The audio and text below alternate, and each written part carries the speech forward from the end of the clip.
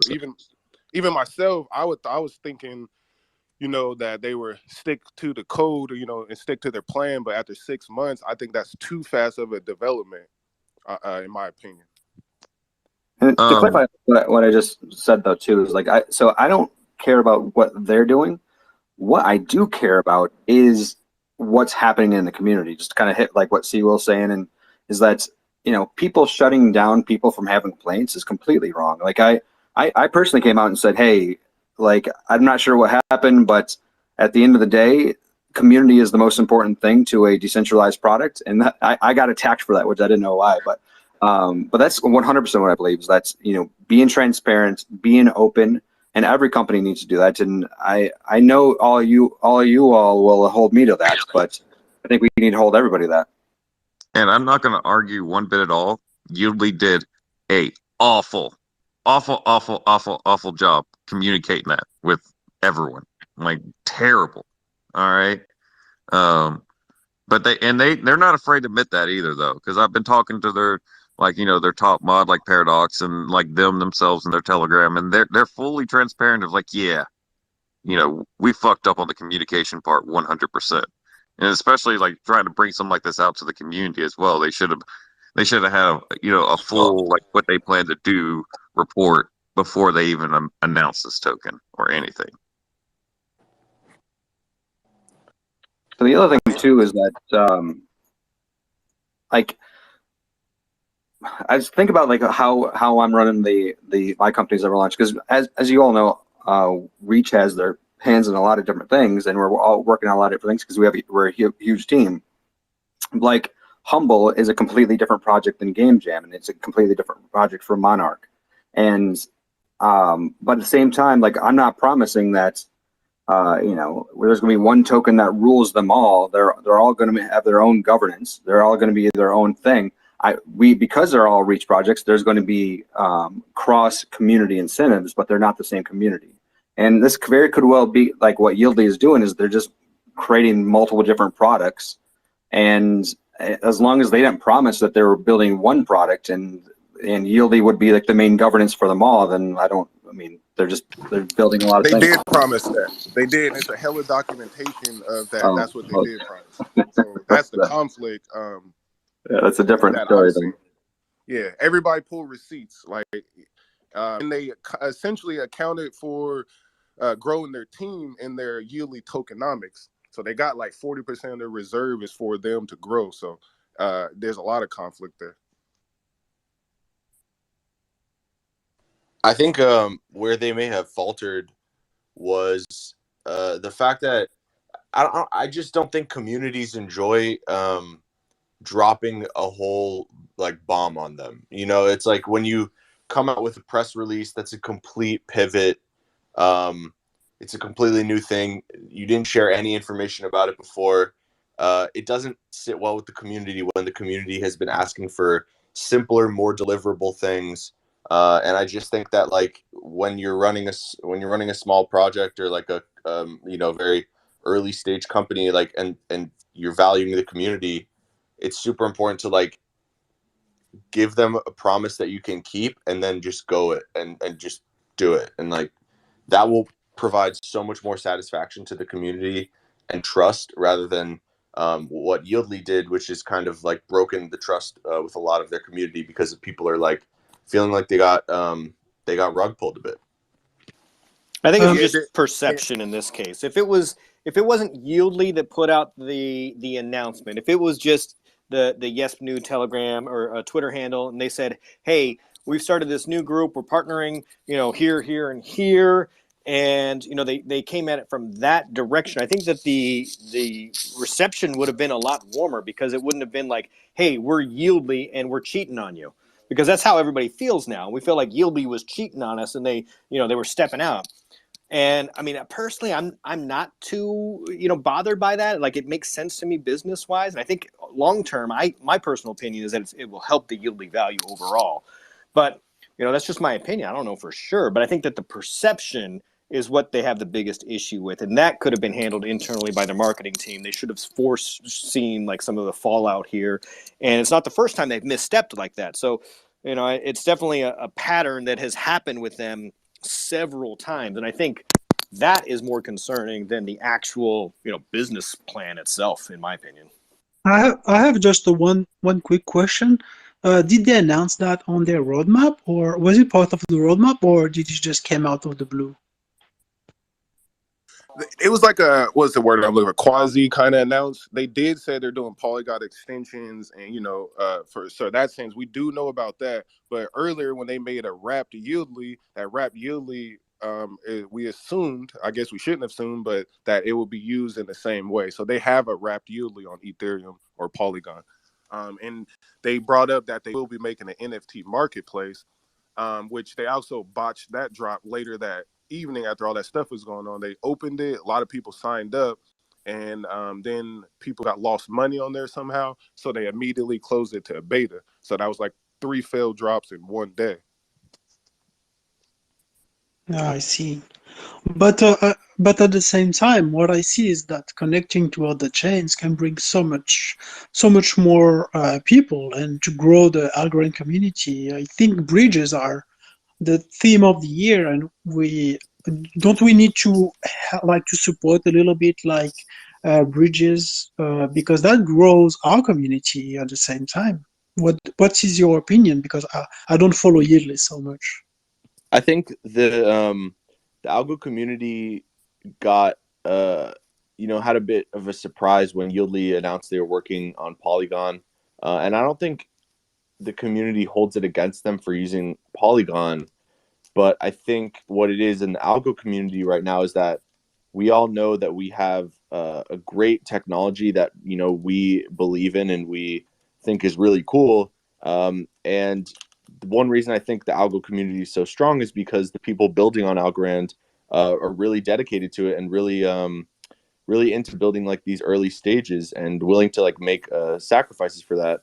So when a company like YLDY, who's one of the premier companies on Algorand, kind of indicates that they aren't as interested in building on Algorand as much as pivoting toward a Polygon esports play, it definitely I'm not surprised that it doesn't sit well with the community, because people are going to think, hey, like, aren't you more interested in building out this new ecosystem rather than just kind of leaving us as the bag holders over here and while you go to build something on Polygon? I would say that they're still building YLDY. We look at it like, why aren't you building on Algorand?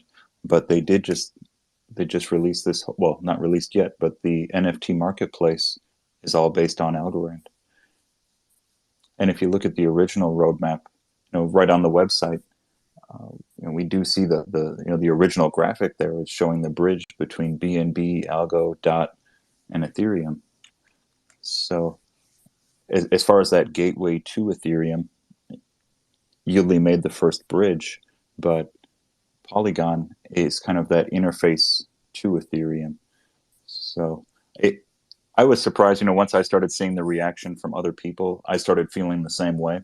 But the more I looked into it, I said, well, they're just building YLDY, building YLDY into something bigger. Yeah, so what hey, good morning, by the way. Nice to see you again as well. But I see the issue being is, like, I agree, they're growing YLDY. They're growing the actual company YLDY. They're expanding. And I think the clarity or the problem is that, what does the YLDY token actually mean? And I think what happened is that many people assumed the YLDY token meant like owned part of their growth, part of their, who they are. And I think maybe they just let people assume that rather than be very clear on what the YLDY token actually is.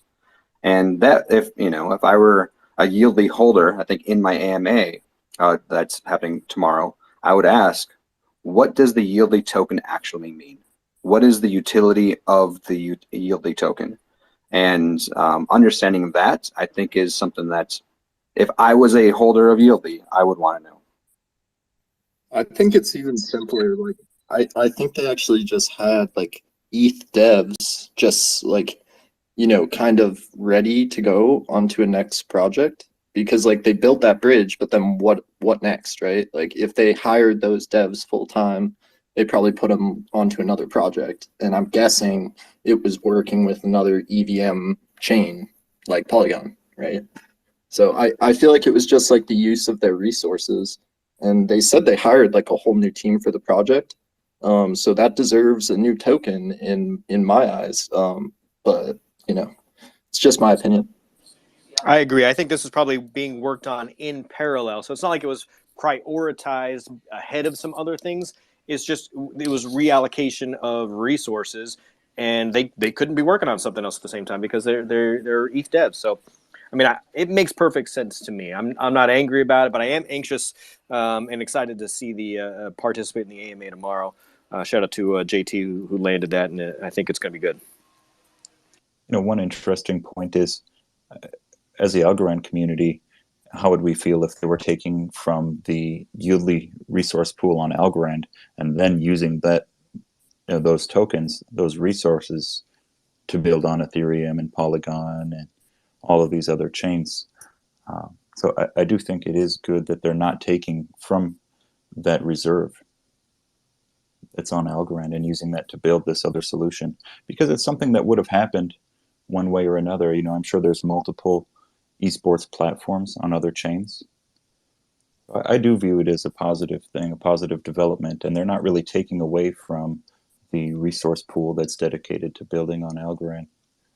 Definitely looking forward to the AMA, though. That'll be cool.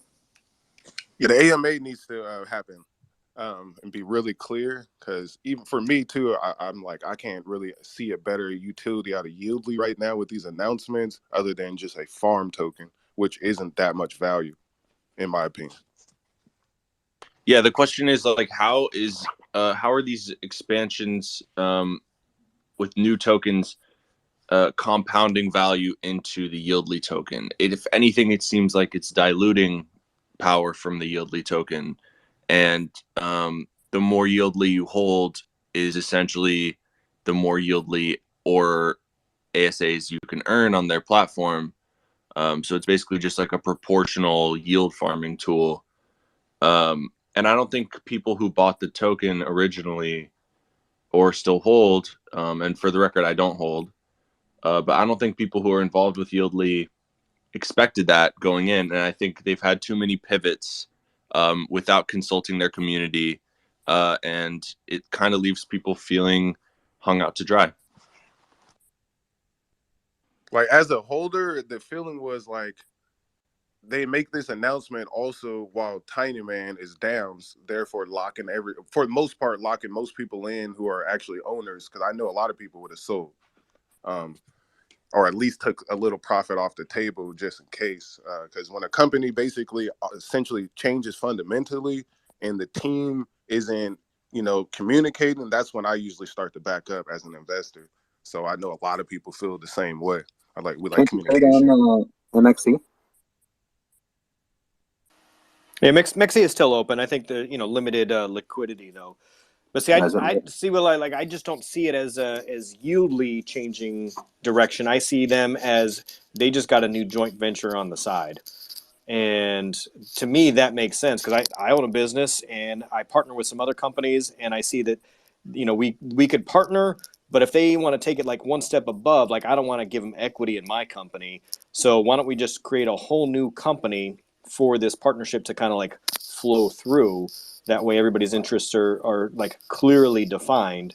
And if YLDY is like a, I don't know, like a base pair for something almost, then I'm happy about that. I guess we will see what they say tomorrow and how it plays out over the 6 months, And there'll be other utility with YLDY as well. When the NFT marketplace comes, I'm going to go ahead and nearly assure you they'll be taking YLDY as payment as well too. That would be dope.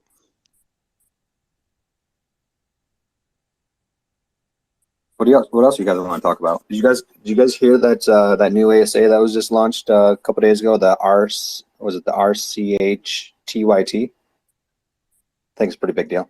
Anybody else see that? No, Yeah, what is that? It's a big deal. Break it down. It's a thank you. Oh, of course. Reach thank you token.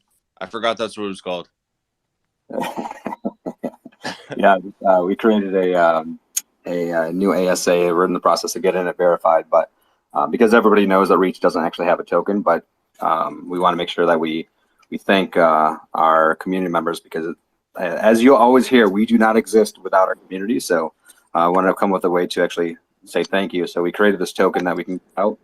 And the idea is that we're going to be releasing a NFT set here pretty soon, and you'll be able to exchange those tokens for NFTs, and that'll be the only way to get them.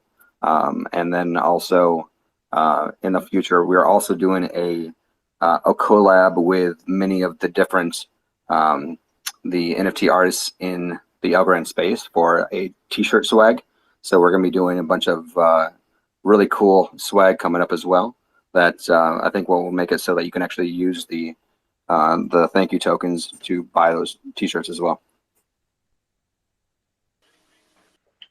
Chris, I found it super interesting that you called it the thank you, because thinking about money in general, it's a kind of like, money is a kind of thank you, like recognition for a service or a good. And I was wondering, why did you choose the thank you? Is it just thank you to the community, or does it have a deeper meaning? I mean, it's about as deep meaning as you possibly can get was thank you. And it's just wanted something actually like a physical representation of our thanks. And that's just what we're doing. So to earn them is just really kind of, you know, the community members that go out of their way and try to actually help us and help us grow. And that's us saying thank you to them. Yeah, thank you too. I was so pleased to receive some. Thank you so much. No problem. You're very, very helpful in this community. So, are there like a tokenomics for this thank you coin, or you know how are you giving them out? You know, you gave me about 3, I think. You know, I'm really excited to see what kind of swag I can get with them. Yeah, will people who weren't airdropped them be able to get them in any way? The only way to get them actually is like just purely. So what I've done is I've given out like pocketfuls to all of the Reach employees to give out to community members whenever something happens, or you know, and that's kind of really what it's all about. It's like, hey, thanks for this. Go get your NFT whenever you want, type of thing. Dude, I love it. It's such a fun idea. That sounds so good. That is really cool. I might steal that idea. I like it. Really. And we're actually making, so the one of, I kind of leaked this a little bit during my Leak Fest a couple nights ago, but we're building like a gumball machine type of thing for NFTs, where anytime you want, you can actually stick the thank you token in, twist the handle, and out will pop an NFT, and it'll be randomly selected, and you can like kind of go that way. And we're fully open sourcing that as well, so anybody can take that. You know, Chris, like this token is very interesting, because what happened is that it can like speculation can grow around it, and it can become just an exchange thing. Like because that's what I tried with Fame, and as you've seen, like people were starting buying it, etc. How can we prevent it to just become another asset? I mean, I don't care what people do with it. It's a thing I'm giving away. So whatever the community, the market decides, the market's always right, even when it's wrong. So you guys do you. Hey, Chris, can you tell us more about Humble Swap? I don't know much about it, and I'm interested. Oh, it's just going to be the most important financial application of the world has ever seen. That's it. Okay, I dig that. So what Humble is that it's got a two-part purpose. First part is that it's we saw actually a problem with getting the rest of the world into DeFi, and so many people are going all about like simplification and making simple interfaces, but we found like that's actually not the true thing that's stopping people come from in. It's that helping hand.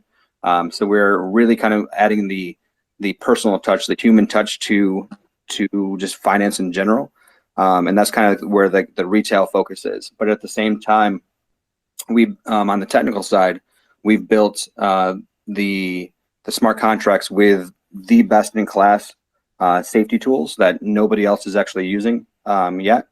And we're using, mathematical formulas to mathematically guarantee that the code is correct. So it's as safe as you possibly can be from the start. Of course, there's no guarantees in this, but it's the way that I kind of talk about it is like, if you put your seatbelt on, there's no guarantee you won't die in a car crash, but it sure the heck decreases your chances.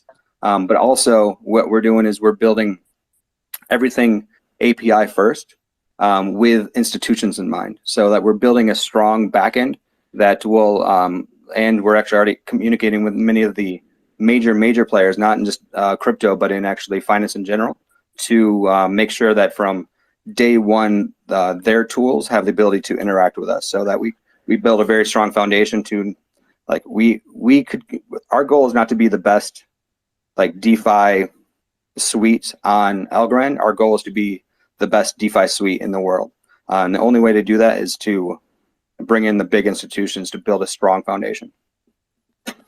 Wow. So any project can plug into Humble in the future? I mean, it's crypto. It's decentralized. I mean, everything is like it. This is not, as soon as we actually launch the protocol, this is not Reach's protocol. This is your protocol. This is the world's protocol. So it's up to you, whatever the world wants to do with it. But we're just the ones kind of help pushing along and make sure that it's successful. Wow. And you said that you will also release like the code and make it open source in the future. Of course. I mean, as much as we put a lot of effort and everything, but at the end of the day, we just want to make sure that the entire ecosystem is successful. And if we can release our code where people can look at what we've done and learn from it, we're 100% for that. Yeah, I'm so impatient for Humble Swap. One last question for you, please. Like I've seen the Ethereum too. Like, we will be able to swap between Ethereum and Algorand, or what is that? Because we can connect to different MetaMask and MyAlgo wallet, right? Yeah. So the roadmap is first it's going to be launching on Algorand, and then the idea is that because it's written with Reach. The code itself is blockchain agnostic, so we can launch that on any chain that we want. As we create new partners on other chains to provide the proper TVL to build a strong foundation, we will then launch them on other chains. But you won't have a cross-chain swapping. That comes with our partnerships with the current Algorand bridges to make sure that the money comes over. But eventually, once we actually have a good solid foundation on all of the chains, then we'll start looking at cross-chain swaps. Yeah, this sounds so dope. Thanks for sharing. Yeah, No this problem. is probably the best in the world, actually. I will be waiting for that so impatiently. That's incredible. Thank you so much for offering that to the whole crypto community, really. I mean, it's as much as I talk all the time, it's purely because of my team and the community that's how successful it will be. So thank you all for supporting me, supporting the team, and helping us get up off the ground.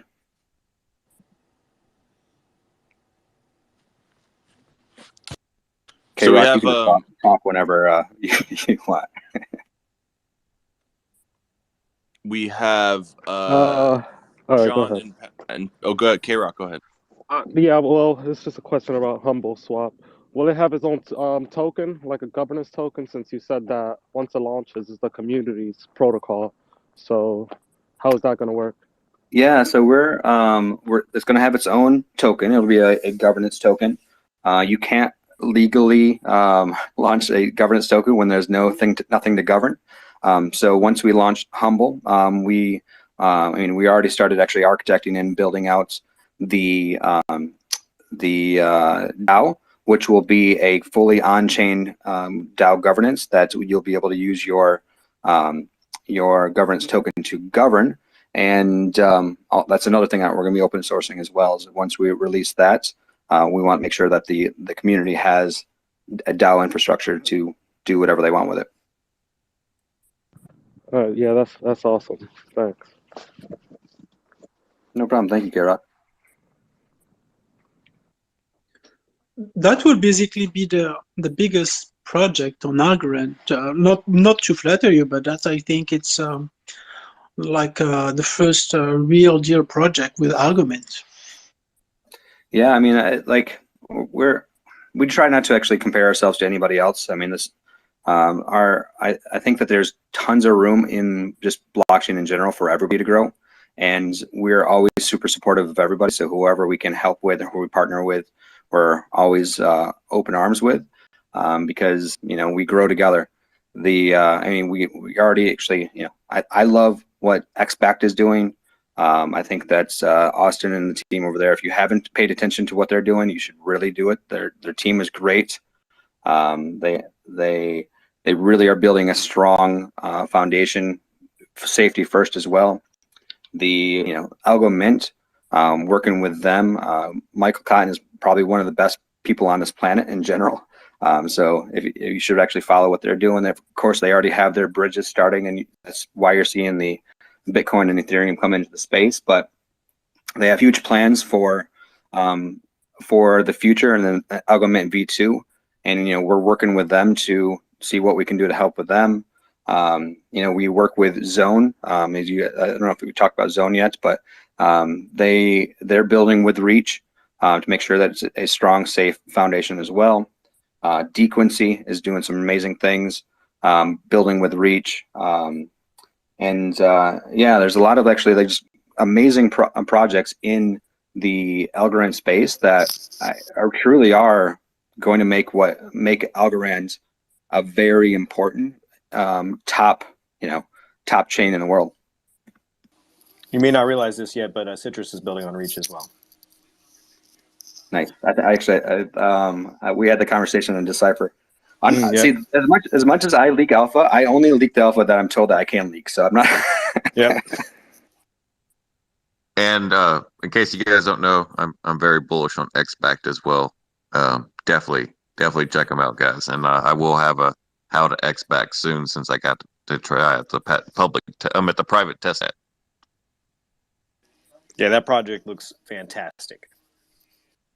Who can explain a little bit, like, what is it about XBacked? I can. So XBacked is it's a decentralized stablecoin. So I'm sure you've all heard of Maker, which is the decentralized stablecoin on Ethereum. But the idea is that it's a stablecoin that uses over collateralization in vaults to mint the stablecoin. And if the token that you back your coin with ends up dropping below the liquidation line, your vault is then liquidated to keep the stablecoin stable. So this is important because this is a fully decentralized stablecoin that relies purely on the blockchain and not a centralized source. I see a lot of 100s, and I just want to chime in and say we now have 100 people in this room, in case anybody is interested in knowing we just crossed that milestone. Did we just get 100 hundreds? We got 100 hundreds. Keep them coming. Yo, below, how do I get this recording? It is recorded automatically. You can just access it from the post, from my post, my Twitter post, and anybody who shared it. So yeah. They're also recorded in my YouTube live streams, so you can just go to the channel and download or whatever you want to do. Cool, appreciate it. Speaking of YLDY, I want to talk a little bit good things about YLDY. If that's all right. Sure. Go ahead. Have you guys checked out their marketplace at all, or the NFT marketplace? I have. They did a great job. They did an amazing job. Like the funny thing is that I got beta access to it, but and I think all of you probably know I'm pretty big into NFTs as well. I'm not quite like John level, but I'm pretty big into NFTs. But I find myself going to their site, even though they're still in beta, to actually view them, view which ones I have. It's just a beautiful tool to use. Yeah, I checked it out when before they locked it down. I forget what night it was, maybe on Friday night, and it looked awesome. I was really into it. And then as I was browsing, I saw a bunch of complaints on Twitter about, people putting illegitimate NFTs up there, and I was really sad that it went down because I wanted to keep exploring. Yeah, they're doing some really good stuff. It sounds like the Kin Foundation. I'm sure some of you have heard of Kin Foundation, which is going to be a partnership between a few NFT marketplaces, including Dartroom, Zestbloom, and a few other ones. And basically, they're creating a DAO infrastructure for the community to vote on fraudulent NFT projects. So there will soon be a system for us as a community to determine which projects are real, which projects are fake, which projects are copies. I think just that's such a great, elegant, system. And if it would be great if they designed a mechanism for people to be rewarded, like for participating in that, give some people, some way to earn by verifying NFTs. That's kind of stuff that's only possible through the blockchain. So yeah, Kin Foundation. Yeah, I mean that's another team I mentioned. Yeah, the team over at Zestbloom. I mean, Ryan and Jasmine and Evan. They're just amazing people and so supportive. They're like Evan's almost always in these spaces answering questions and just being so supportive of artists. And they're building great product as well. And so yeah, speak very highly of it. I mean, the thing is, I'm sure there's tons more of like amazing teams in the Algorand ecosystem, but I only get to know the ones that talk to me. So those Zestbloom is also really awesome. Yeah, that's the thing. There's so many amazing teams. Just can't wait to see the applications and the projects launch later this year. Once Tinyman went down, it kind of I feel like a big halt was put on a large section of like the momentum that the Algorand community was experiencing, but that's actually translated to NFTs. And I think speaking about NFT marketplaces is a good segue into talking about like the NFT boom that's happening right now. So can some of our NFT homies kind of chat about like why the NFT space on Algo is blowing up in the past like 2-3 weeks? What series are coming to the forefront, and what's happening under the hood here. I'm gonna pass that to John and Cody, and Chris too. Jump in, please. I can tell you, I'm a lot poorer. That's for sure.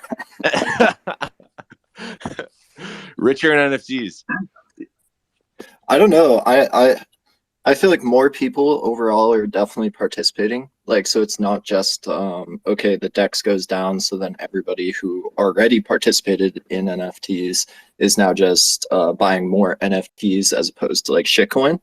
But I do believe it's like actually more people. Like, so I think it's like, people who are never buying NFTs, because there's a lot of new wallets. Like if you're sleuthing who's buying what, there's tons of new wallets and just a ton of activity. Like we haven't seen this level of activity. There's a few series that just instantly went blue chip, meaning like they're over 1,000 algo floor. Like Giraffe, I'll call out Giraffe. Like her series went absolutely insane. So yeah, I'll stop there. But yeah, I really paper-handed 9 giraffes. Let's not talk about it. No, but sounds like you. Yeah, I know. So the situation is like this. Reality is, Tinyman being down, people start to look to park their money, their algo in, safer assets. So they everybody studied the market. They looked into communities, and the trends just started going towards something like I'm having an AWOL, MNGO, and Algoana. And then people also looking for something a little more speculative, or something that was like really doing something interesting. They were willing to take the risk now with, their algo that's sitting idle, and putting it into projects that they were kind of betting on for the future. So it was an interesting dynamic that played out over the last couple of weeks. That being said, too, there's been some really, really cool looking and like great communities entities that kind of sprouted out of nowhere as well. So yeah, so the Algo Owl blew up, but I mean, you look at like the incognito alien came out of nowhere. Came out of nowhere. And then you have I'm scrolling through here. Mafia ALGO really kind of pushing through, launching their staking. Algo Train that just came out of nowhere and is about to actually announce it in an entire community. I mean, for some reason, I just bought a bunch of Buzzy Bees thanks to Jeff. You jerk. I love them. I honestly do. You know what it is? Here's the problem. They're still minting. This is kind of a weird dynamic with a lot of projects. If they don't do like Owl and Mingo, they dropped one. Then they would just focus on building community. With like a Buzzy Bees or an Algorand, if you're doing like a deflationary campaign or like, a 10-week drop and you're doing a consistent number, it changes the dynamics a little bit. But yeah, I think they're great. Another thing is, you have Algo House too. I mean, you guys took a little break, but coming out with your new Solana robots, which is really cool. Yeah. And then Mingos. I'm liking Fractitious with really rich flamingos, and then definitely Alchemon. Their engagement's amazing. Yeah, the other one is Project Ager. That's really, really fun. I was just in a dungeon right now doing that. Let's go. Yeah, Project Ager is popping off. I think it's the combination of people getting that first governance payout, and people might have gotten a handful of algo, 10, 15 algo, maybe up to a few hundred, maybe up to a few thousand. So some people, I'm sure, chose to, instead of compounding that back into another governance period, they decided, because right at the top of this year, the NFT market on algo wasn't exactly popping off. So a lot of the series that were popular in late 2021 had dropped their floors. So it gave people, with that basically free cash that they had gotten from governance, a chance to go in and get an MNGO or get an AGI or something like that with that 100 or 200 algo that they got. So I think that, John, to what you were saying, that's a huge catalyst for why there's so many new wallets getting NFTs, because everyone basically got a little Christmas bonus, and I'm sure a lot of people put those toward NFTs. What governance reward are you talking about? I'm pretty sure that I didn't get any, and I just got a bunch of extra NFTs in my wallet. So I think maybe they get NFTs instead. You know what? But I want to They touch should on have just that airdropped dynamic. NFTs. Yeah, I want to touch on that dynamic, because you made a good point, but I want to expand on it. Because, for example, 3 months ago, a lot of these projects weren't established. So, for example, I brought Project Ager the first week, the second week, the third week, the fourth week. The first week Gregor dropped, he didn't sell out for 3 weeks. And I said, oh, there's my 50 algo. It's gone. It's burned. It's like, that project's failed. The second, as soon as they were going to close the sales for it, it sold 100 pieces. It took forever to sell. The second week, I said, you know what? I like the art. Let me buy another 2. The third week, I bought another 2. Fourth week, bought another 2. I bought for 5 weeks. I knew nothing about the project, but I liked the art. The 6th week, I think, they came with the Discord game. Then all of a sudden, it got really, really active. Then it started getting more and more popular. I sold 1 Gregor for 400 algo to recoup my whole entire investment. So the thing is like this. In the last governance period before it started, there wasn't that many established projects that had really solid communities. Now people were able to reassess when their governance, and they were able to go and pick and choose and really support the projects they saw that were growing and becoming more solid. So that was an interesting dynamic as well. That's key in my opinion. That's true. Yeah, it gave the projects more time to build out the community, the Discord, the staking, all the other things on the roadmap. John, go ahead. Yeah. No, I just wanted to say, I keep saying discoverability. I don't think it's actually a word, but I'm gonna make it a word. But discoverability, I think that was huge, because if you were looking at NFTs even just 2 months ago, right? We had a basic NFT Explorer, but it was really, really bad. And there was essentially no traits uploaded at all. And now you look at it and you can kind of you can't use it like OpenSea, but it's getting there. So I feel like more people now, when they look at the algo NFT space, kind of take it seriously. And then they can go back and look at the statistics and say, oh, people are actually spending on this. So, let me hop in. So I think it's just a mix of all these things. It's going to just keep going. There's no reason not. Switching topic a little bit, but you jogged a memory on me, John. Did you guys see my post about Algorand projects can go on Gitcoin now? Yes, I did see that. Why Tell us are you about not screaming about this? This is a huge deal. Well, scream about it. Okay, so I've been working with the foundation and Gitcoin for like 6 months, getting actually like helping them with the partnership and like just kind of giving my advice on what it. And we finally got to a point where Algorand projects that are built on Algorand can now go create a profile in Gitcoin and communicate with the world what they're actually building, and also receive donations from the community to support them building. So this allows for anybody that's actually coming up with an idea to kind of put it out there and say, hey, this is what we're building. If you want to actually donate some algos or some USDCA or USDTA, you can go ahead and do that. And we're working with them to, I don't know if you guys know much about Gitcoin, but they do a quadratic matching thing where that during a certain amount of time, where what will happen is like a bunch of big whales will come in and say, I'm going to donate $11 million. And then what happens is that is actually split up 2 projects during that round that received the most donations from the community.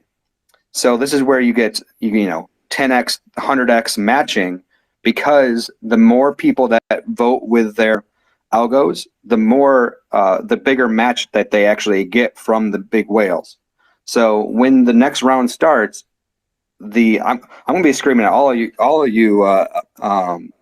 AlgoFam out there to actually donate to the algo projects, because what will happen is that the whale money that usually only goes to Ethereum can now actually come back over to Algorand projects, as long as there's enough people voting, 1 or 2 algos here and there. Thank you for explaining, Chris, because I really had no idea how big that was. Like, I read it, I went there, but I didn't understand the scale. And so the next thing I'm pushing, and John will probably appreciate this, is that we're going to make it so that I'm going to try to push this, is that that the grantee, the people actually create the proposal, has the ability to dictate which ASA that they will receive, that they are willing to receive in donation. So it's not just going to be algos or USDC or USDA. If they want to receive beans or degen as actually a donation, they should be able to actually put that and allow for people to donate in that token. Yeah, that'd definitely be cool. We're definitely missing a lot of the stuff around like airdrops and all that kind of stuff. So anything to make that easier, for sure. Yeah, I mean, like Coffee DAO should create a profile up in there, or the degen coin should, and AlgoFam and all of these. I mean, I'm just looking at whose faces I see. I mean, KryptoNurd, you're working on project. You should throw up a profile in there. Algo HQ, like you could put Algo HQ up, because there's a whole media section that people can donate to. So like, this is not just for the nerdy projects. This is for pretty much any type of project that people are passionate about that's connected to crypto. Say less. I will. We're getting a Gitcoin bounty posted here for development on AlgoD Monitor, and just want to say thanks to Chris for cluing us in on that. Amazing. And I'm going to tell you right now, I'm going to be dropping algos during the next round. So if you want at least 1 algo from me, go ahead and create a grant proposal, and we'll see what we can do. And we're talking to the foundation as figuring something out as well to actually make this even a more special thing. So if you have a project that is legit that you want to work on, I mean, I see Natalie here. Prismatic. I would love to see a Prismatic grant up there. I've been waiting for the tools that you're building for a long time. I would love to actually see what I can do to help. So well, you got Crypto Viking with AlgoDesk. Get your project up there. We are extremely busy, not with AlgoDesk, because that's basically running pretty nice. We have a new launchpad in the making, Funstack.io, and we are just about to release it on Betanet. And we would really love your input as soon as we release. That will be within the next week or so. Super Yeah, excited I'm about very that. excited about it. Funstack will be amazing. I checked it already. I'm so excited with. Thank you so much, Thomas, for your work for the community. Yeah, and I think I see Addie just joined here from the foundation. I just make sure that you follow all of the foundation people out there, because they are putting in so much work behind the scenes that just make sure you give them your love. They're doing everything they can to get the word out about Algorand and make sure that these projects are doing well. Yeah, but I think that I mean the purpose about Funstack is that there are so many cool teams developing on. I mean, so many amazing things right now. But at the end of the day, most of the projects needs additional funding going forward. So what we've designed is very intuitive launchpad where everyone can participate, and it is designed to support the community. Yes, we need this. This is one of the more key things I've been saying Algorand is missing right now, especially with all the capabilities and development now. Exactly. So we have Patrick and John from Non-Fungible Domains here. Can I ask you guys some questions real quick? Yeah. Hello. Word. So you guys had an announcement this week. You shared a teaser of your platform. Some cool features there. Do you want to tell us about like what you're building into that platform? What can people look forward to when they get a non-fungible domain? Yeah, I'll let Patrick speak on it if he's here and willing. He definitely knows the tech better than I do, so I'd rather have him speak on it. But yeah, we announced we got a foundation grant, so we are very happy about that. I feel like Patrick went to get coffee. So okay, yeah. I heard you guys were Yeah, I can give you, high level overview. He just messaged me. He's on a meeting right now. Gotcha. Yeah. So we're essentially building a naming service for Algorand. So you'll be able to map multiple wallets to a name, and the name is it's essentially a smart contract and ASA. Patrick could speak more about it if you'd like to, but yeah, it's very unique, and it has tons of capabilities. And he just messaged me that he's back. So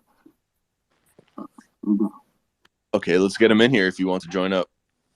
Hey guys, I was offline doing a separate chat with one of our advisors, so I missed it. So what's up? What's the question, or what can I talk about? I brought you guys in. I brought John in to talk about NFTs. Cool.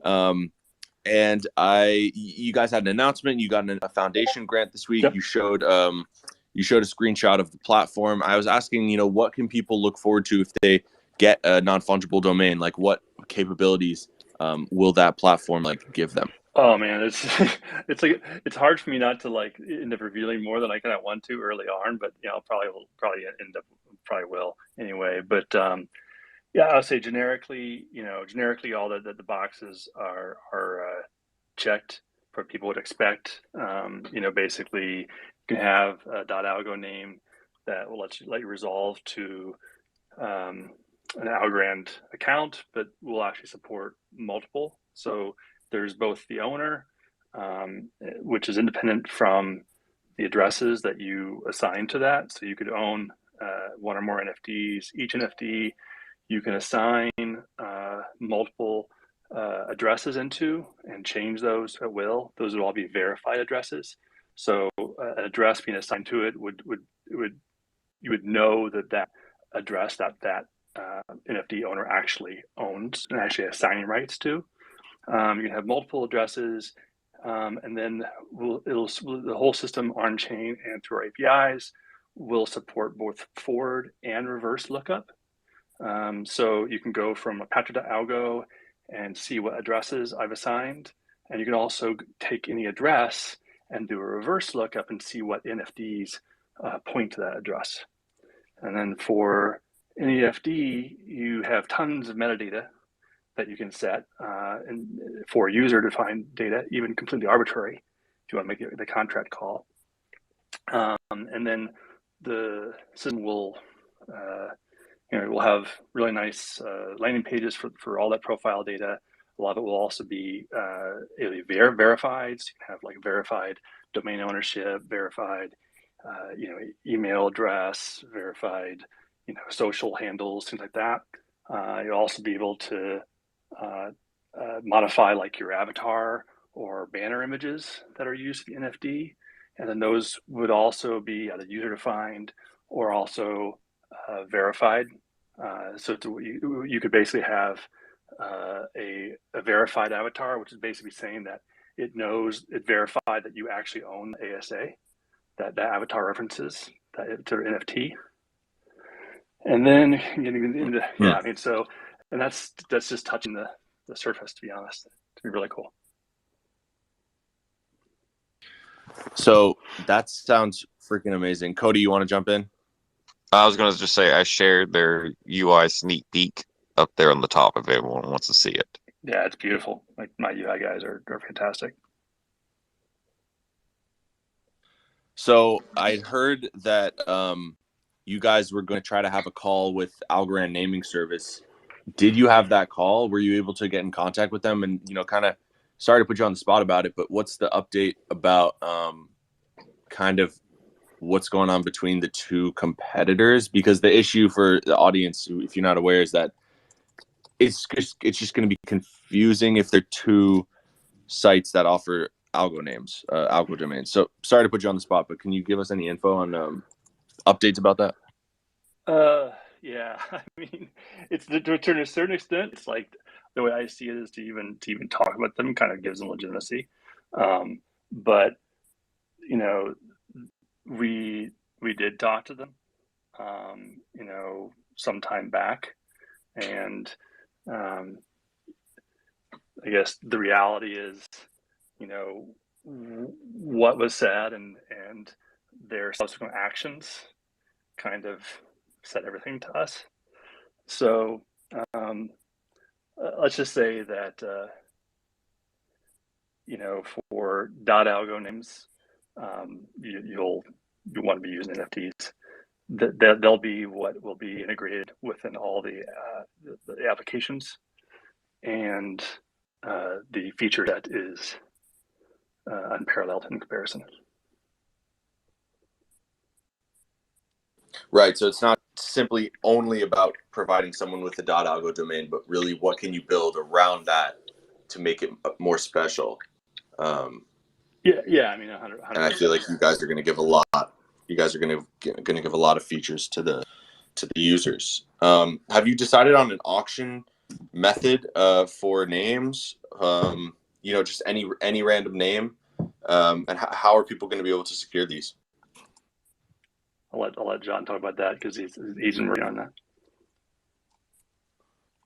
Yeah, so there's going to be like classes of names, curated and common. So the curated names would be auction, and the common name would just be essentially a buy it now function.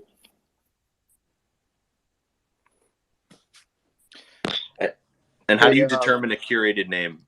Is that something you guys guess, or do you let the community propose curated names, or what?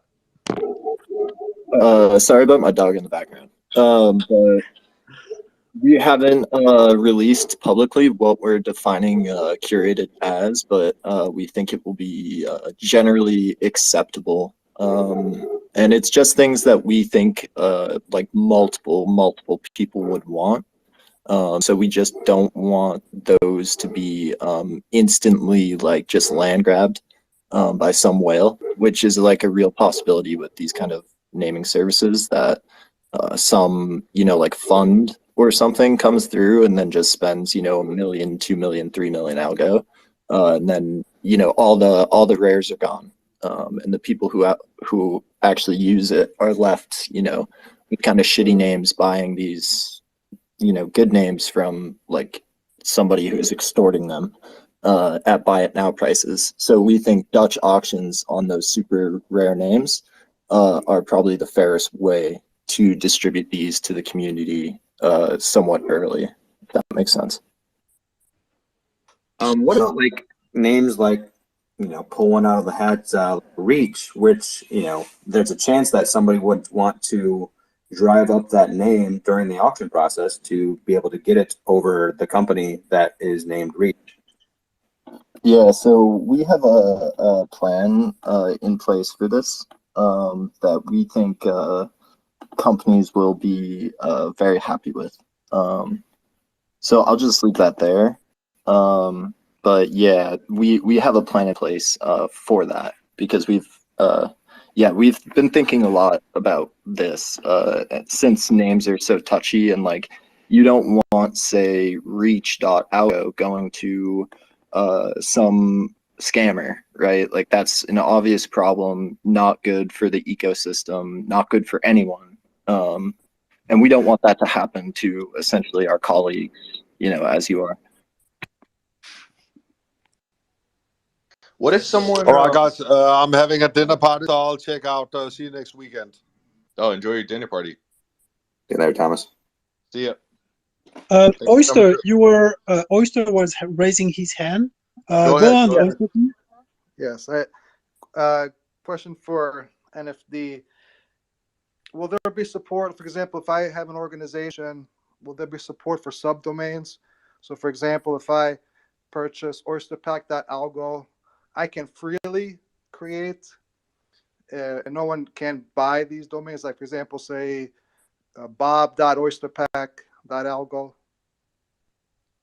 And that's important from an organizational perspective. Yeah, I'll let Patrick answer this. Yeah, give me a second to bring up my notes. Yeah, I mean, at least in the initial release, we don't have plans to surface that, but it's 100% in the design. So there will be utility and a lot of possibilities actually for those routes. So potentially in terms of also, things like if that's not you could, if that's not supported from day one, though, someone can, for example, purchase something.oysterpack. No, you won't be able to. No, you won't be able to. Okay. No. Yeah, you'll only be able to register a single, correct, right? You won't be segmenting. There won't be segmenting available for purchase, for purchase at all. So if you get oysterpack.algo, then you will 100% own that, and then as the capabilities are added to segment that, then you would completely own that route. Okay, perfect. Right, and then there would be like options and possibilities, potentially pretty cool, about how you how that's the segmenting off of that could even be handled. So you, in a sense, you could potentially have portions of all segmenting off that route come back to you at a certain percentage, or even delegate control of that to others. So there's some pretty cool things I've planned. Okay, cool. Yep, that answers my question. Thanks. Algo House, how you were raising your hand? Yeah, on a little bit of a different topic, more on what we're working on. I want to jump in, but yeah. So We've got some really exciting things going on. I just announced our ESG. I shared it up in the chat. So we're going to do something a little different. More of microfinance loans, creating a loan pool of microfinance loans through Kiva, to have our community vote on entrepreneurs in underserved areas. 10% of our mint profits will go into that pool, and the community will vote on who gets funded, and then those funds have a 96% repayment rate. So they go right back into the pool, and then we'll essentially keep going and keep kind of creating heroes out of everyday people in third world countries, helping them fund their dreams, build up their families and communities. So really excited about that. I want to make sure to plug and if you all have that same goal of kind of building up local communities, especially in some of the places that were hit really badly by the pandemic in terms of supply chain issues. A lot of people aren't aware that a lot of the food sales and different industries were seriously impacted and are leading to some famine over there in a lot of different places of the world. So join our Kiva team. I added a link in our post here, and we'll start lending out as soon as we drop our first new mints. Number two, we've been working with Algorand directly. Number one, on an employee NFT to celebrate everything that Algorand's accomplished in 2021. So those will only be distributed to Algorand employees. And we do have kind of a secret project we're working on with Algorand, which is I won't talk about too much, but it's a really large PFP series for a specific company. So that's and it's a very large company. So that's super exciting. We are dropping our next villain tomorrow via ALGO X NFT, starting at 100, and then giving away one more to mech holders. I think Chris has a pretty good chance of winning with his holdings. Speaking of Chris, we're working on your guy, man. You've been doing so much for the community and just coming up with bomb after bomb that we had to jump you in front of the pipeline. So that'll probably come mid next week to where we'll do a little surprise drop. I think we'll just do a one of one and auction it, or maybe two or three with some animation variations. Last thing, ape drop coming. The schedule will share. Before you go on, Algo House, after you auction those off and become a billionaire, what are you going to do then? Hey man, you're worth a lot. I'm sure those are going to go for a top price. But I think you're going to love it, man. We've got the concept already drawn out, and it's sick.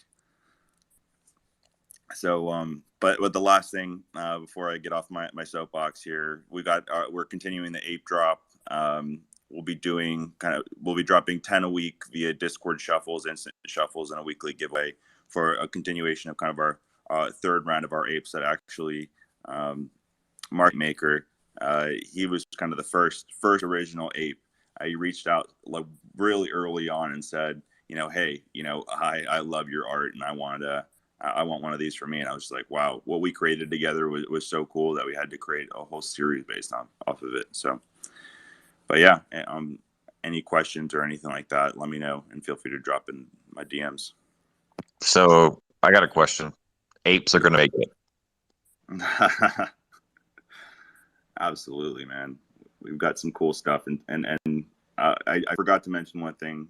With the first drop of the new apes, we'll be having a giveaway in a little 3D world where you'll actually be able to jump in, be an ape yourself, and find little boxes that will have apes in them for extreme discounts via Rand Gallery secret links. So.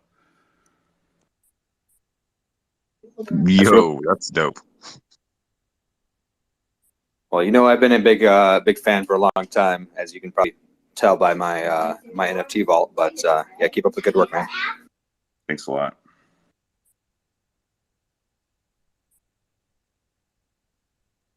So when does the little the ape game drop? So the apes are next week. We're doing a couple community pre-sales leading up to Friday, when we'll do the full the first either instant shuffle or Discord shuffle. Beyond So, excited. I think Cody, you'll be excited with this next topic. I'd like to really kind of like get everybody's thoughts on just gaming and how blockchain can actually, how they think blockchain could actually make it better. What are they most excited for? Is what everybody hearing on other chains, on Algorand? What's going on? What's your guys' thoughts?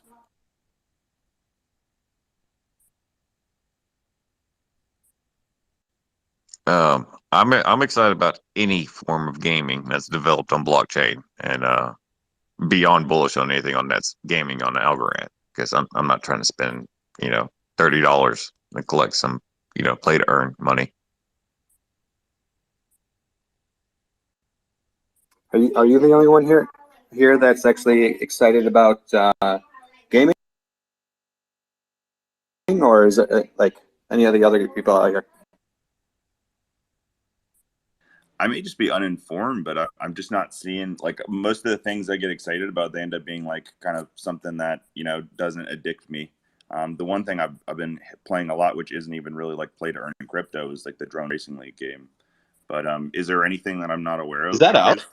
I didn't even know that was out. Oh yeah, it's out, and it's really fun. I'm about to play that. Right after this call. That's something I wanted to talk about. Yeah, sorry to interrupt you. Go ahead. No, I was done. I was just seeing Chris, if Chris had anything else that we should be looking at from play to earn. I mean, well, there's the project that we're working on, of course. If you want me to sell. So it's previously known as Game Jam. We're in the process right now of going through the entire rebranding process because we're not in love with the name, but we ended up bringing on, if you guys are familiar with Blizzard at all, the guy that was in charge of Battle.net is leading the project, and we brought in one other Blizz employee and then another like industry vet to run partnerships. But it's a pretty exciting project. I'm excited You told about me about Game Jam like quite a bit, and I'm just wondering, like, when, like, is it like, maybe I just don't know, is it live, and like when am I gonna be able to bring an NFT and play? So so this is a big project. We're in the process right now of making like very big deals with like very big games. So it's not anytime soon. Right now it's actually this is not like we're not building a like an NFT game. We're actually building an entire ecosystem with a brand new custom economic model. And yeah, so we're still really early on. I think probably within about a month or so, we'll be able to actually release with the new name and make a big push then, but it's still pretty early. Yeah, I'm just wondering when I can no life myself into a game, dude. Like straight up. Yeah, soon. Oyster, go ahead. Raising your hand. That must have been by accident. Sorry. But I would like anything, especially if we come to games. Like the one thing I haven't seen much is like first-person shooters, because you know me, I'm just a nerd for those. I mean, like some MMOs would be, I imagine, a lot easier to design and still would be really fun, whether that be like League or WoW or anything like that. I actually dropped I dropped a little bit of alpha this morning about games this morning, so I'll do it again with more people listening, because why not? We're in the process right now of developing an entire guild system around the entire ecosystem, where you can actually spin up a true on-chain DAO, and as you play to earn on any game in the entire ecosystem, there will be a tax that is taken from your play to earn currency that goes to the guild treasury, which the guild treasury can then be voted upon to buy assets or NFTs that anybody from the guild can actually use. So you have like this this ability to grow, but also grow as a team and have a true on-chain treasury with like the economics there as well. So I'm really excited about that.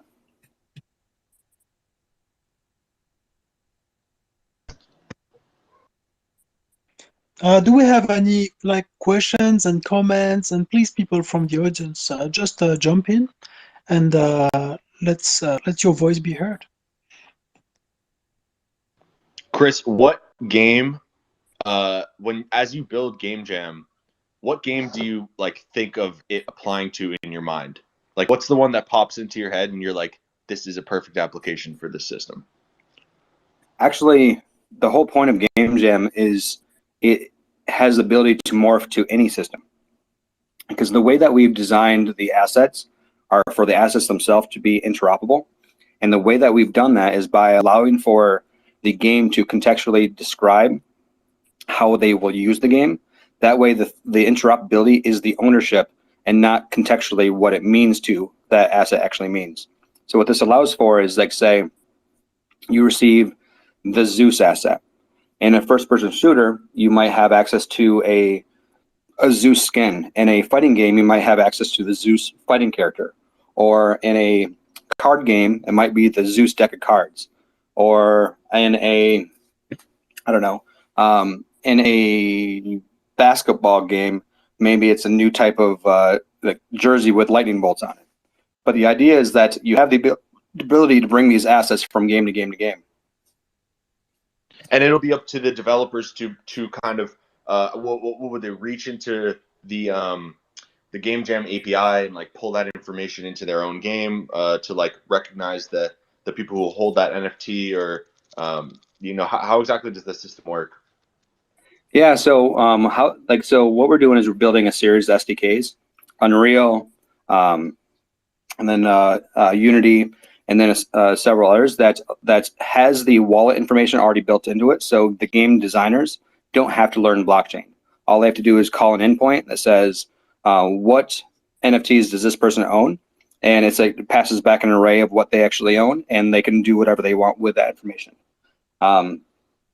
We are actually in the process right now of designing a like a modular data pattern that will allow for the games to add specific information to a specific NFT.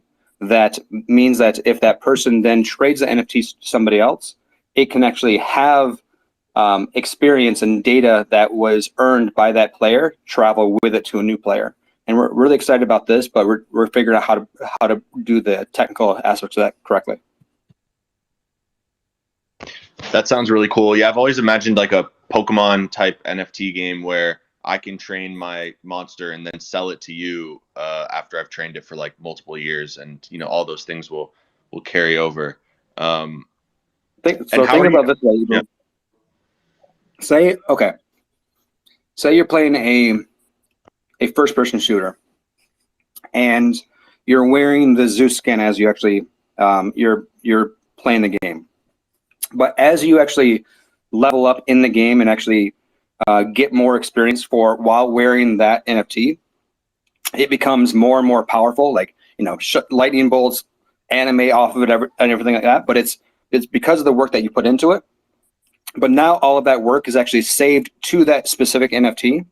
That now that's NFT, because you put 1,000 hours of playing with that Zeus skin, you can now sell it to somebody else. And now they have not just the NFT and starting over, they have the NFT plus the 1,000 hours of work that put into it to make it, like, you know, look like a thunderstorm rather than just a drawing on a gun. You know what I mean? Yeah.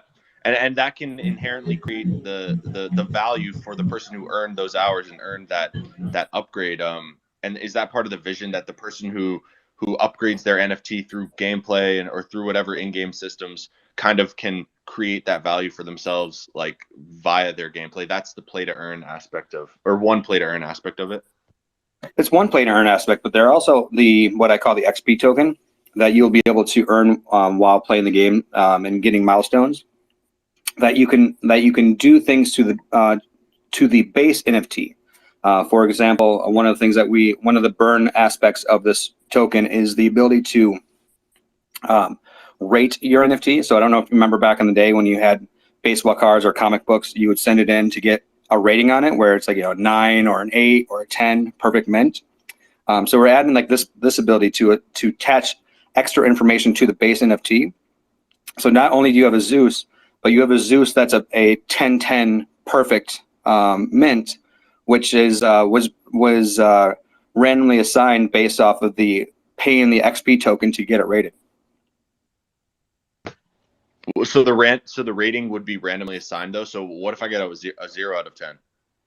That sucks. But the key is that that's part of it, but it doesn't destroy the utility. So you can still use it just like everything else. So just have a 0 rating. It'll have a coffee stain on it rather, or a rip down the half, middle or type of thing. So your little sister stole it when you weren't looking and ripped it in half. Sorry. No, this makes perfect application to one of the main things I'm excited about with NFTs is the tracking and digitization of like card collections for Magic the Gathering. So I've been collecting Magic cards since I was fucking a child. I was 12, son. And I have a couple 100 pounds of cards I'm looking at right now that they're worth a good amount of money. That it's just they're like a physical risk. Like they're tough to store and keep inventory of. But if you could actually digitize that, attach it to like your like to the blockchain to your wallet address, there's like this whole risk just completely gone. But yeah. 100%. But imagine not only that you own these cards, but because you played with them and you level them up, they're actually more valuable than they were when they were brand new because of all the time and effort you put into them. Yeah, hey, I'm just thankful for WotC to get into the NFT game, and I'm going to be broke. This is probably a silly question, Chris, but is this going to be on ALGO? And well, number one, and number two, you said that there's some really exciting stuff you can't talk about. I know you hired someone really awesome who had a really important position at Blizzard with BattleNet. Is that does he have any connections that you've been able to leverage? He's been in the industry for I think 30 years now, so there's tons of connections that we've been able to leverage from him. But he's not the only person on the team. We have an entire team of gaming veterans that are running this project. So there's a lot of things that we're actually able to leverage because of that. And yes, we are building on top of Algorand. So all of this technology and everything. And one of the things that we're actually finding is that a lot of these gamers or game designers hate NFTs. They think it's a scam and everything, but every single one that I've been able to explain to the entire system and why it's actually good and how it works with each other, I have yet to hear one game studio that wasn't 100% on board yet. And the aspect, because of Algorand being eco-friendly or carbon neutral or negative, depending on who you ask, is actually a huge deal to them. And we've been able to actually really leverage that. So I'm excited about it. Hey, Chris, this is Jim from Project Ager. I think we're planning to talk next week. But sorry? Said hi. Hey, so I had a question about our NFTs. So we're a card game, or that's what we plan to be, a card game similar to Hearthstone or Gods Unchained, if you're familiar with that project. And our NFTs are, they're very similar to what we would like to be as Magic cards, where there's 1,000 Black Lotuses. And since it's not a one-to-one NFT, kind of building on data on top of that one card that you're using. Is that achievable with our assets on your platform, or is it that we would probably have to like convert our assets to like are you doing like smart contract type assets versus just ASA level 1 assets? Sorry if my questions are a little No I can worries clarify whatsoever. if that doesn't make sense. So a couple things. Number one, yes, all of the Game Jam assets will be smart contract assets, and there is actually a reason for this. Is that we need extra functionality into the actual asset itself for borrowing and lending, and the ability to upgrade the asset and having different mechanics depending on the level of the asset. So we need to program all of this in. One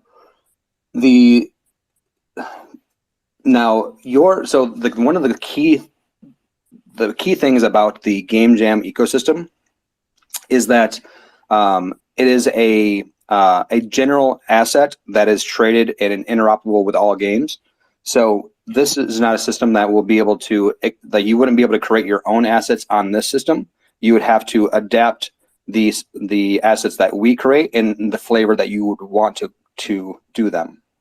So I don't know exactly how we would be able to do it with that. That being said, this is going to be a full DAO. So who decides which assets are integrated into the system is the governance itself. So if the governance decides they want to add your assets as one of the main interoperable assets, they decide that's what it's going to be. Now, to answer your question, though, one of the things that's actually coming very soon, because talking to Algo House about it and talking to many other creators, is setting a standard for smart NFTs. And what this will do is allow for the smart NFTs to be a universal NFT that can be shown and work similarly as far as discoverability as ASAs do today. So all of that being said, this does not make your ASAs not valuable or usable in the future, because you can make a smart NFT allow to actually deposit an ASA into it and turn a ASA into a smart NFT if you wanted to at a later time. Great, thanks for answering that. No problem. Hey, one more question on the previous topic, Game Jam. How will we be able to, has it been worked out yet, how we'll be able to purchase like a Zeus NFT, or how we'll be able to get one? Yeah, so what it's going to be is that it's a fully on-chain random pack opening process.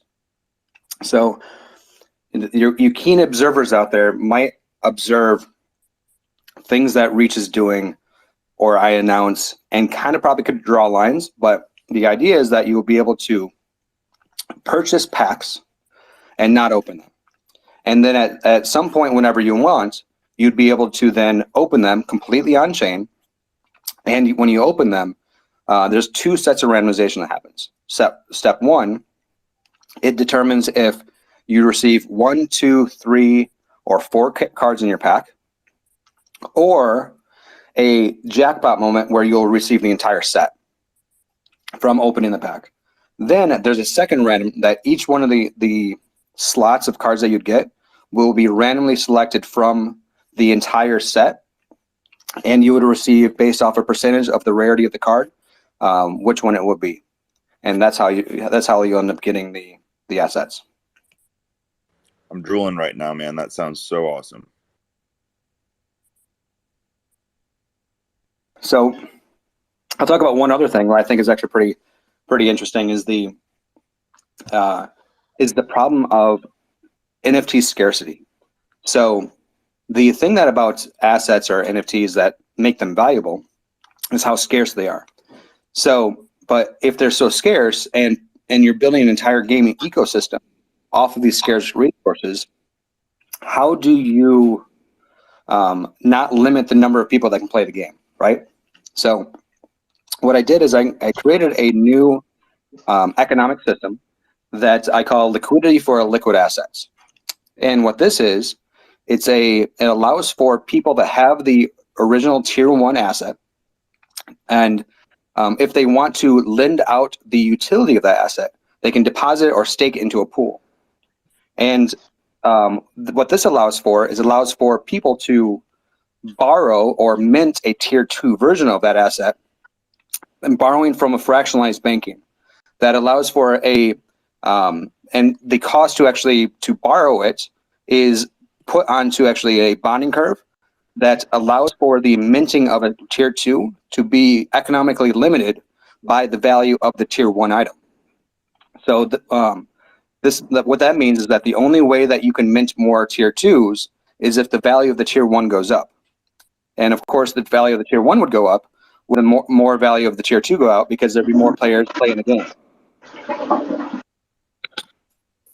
Sounds like a Is that functionality going to be somehow limited to Game Jam itself, or will Coffee Bean DAO be able to scoop up some of these, put them in their DAO, and then lease these out in essence in the future after their members play with them or something, or drive up the value?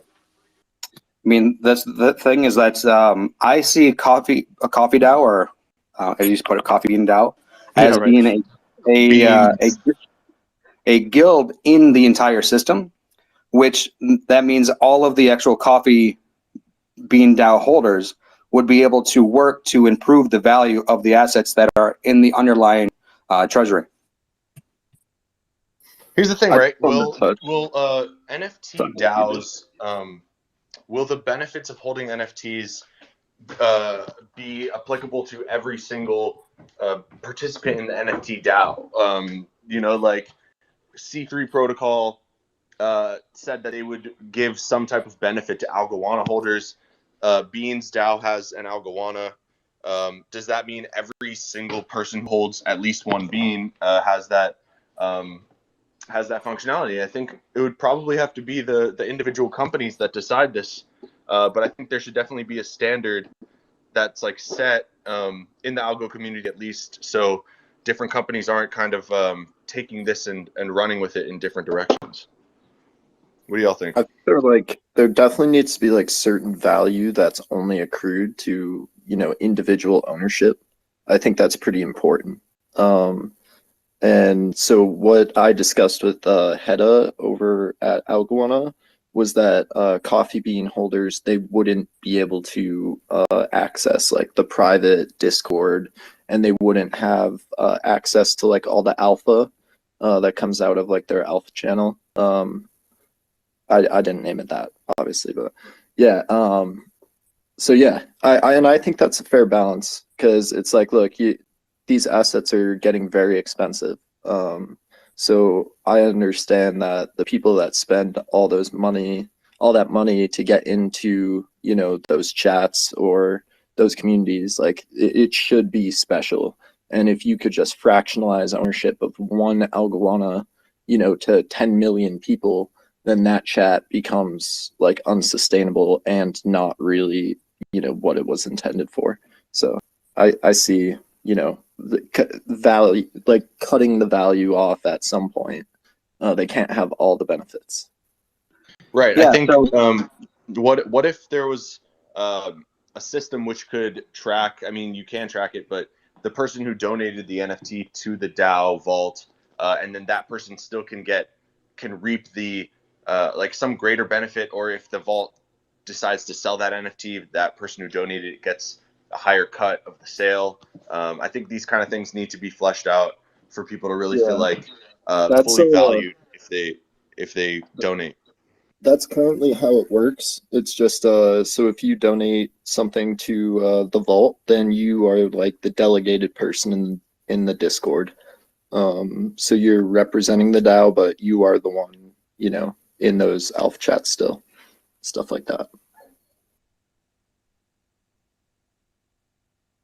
Yeah, it's 100% depends on the NFT holder to determine how that happens. I mean, I know how Game Jam is going to handle it, but yeah, it's up to everybody else on their individual NFTs how they would handle fractionalized ownership. Did anybody hear about this? I don't know if anyone here has a key to Inu, I don't, but are they doing like a token? They're like handing in tokens, doing like a swap of some kind for a new token. Does anyone know really many details about that? Sorry if I'm coming off vague. I mean, I just know what I've heard their community members tell me. But pretty much, yeah, they're just doing like they made a new token and they're telling everyone to turn in their Akita Inu by a certain time. And I guess they've been tracking the how you say the malicious wallets. And any of those malicious wallets that try to turn in for the Akita Inu can't do it. So I imagine they're just trying to damage control their supply and make sure it's not going into the wrong hands. What I don't really get is, listen, like Akita had a very stealthy launch, and it was a complete meme coin that ended up being like the meme coin that blew up on Algo to a pretty sizable market cap.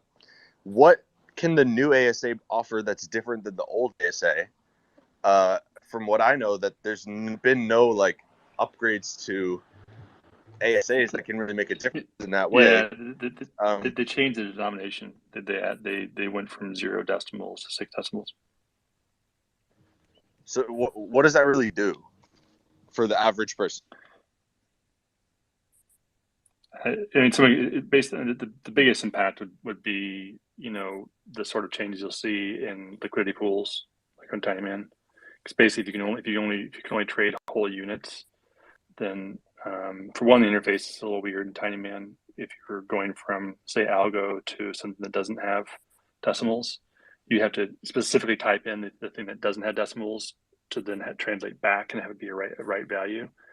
But with no decimals, it just means that you can have pretty significant swings because you're not able to get, you know, fraction, you're not able to get,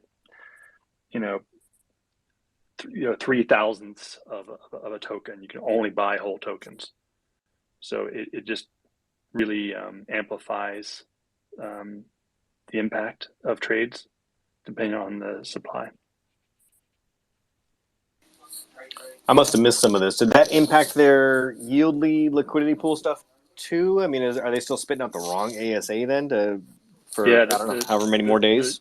The YLDY pools is still the original ASA, but they have a contract mechanism where you can swap the original ASA for the new, basically forever. And so you send to their contract, and then it has an intertransaction and sends you back the same number of the new ASA.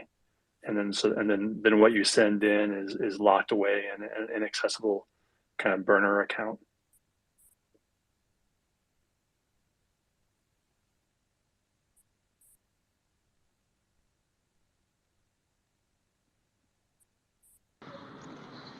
So anybody else have any questions that they want to pitch before we kind of wrap this one up? My phone is about to die.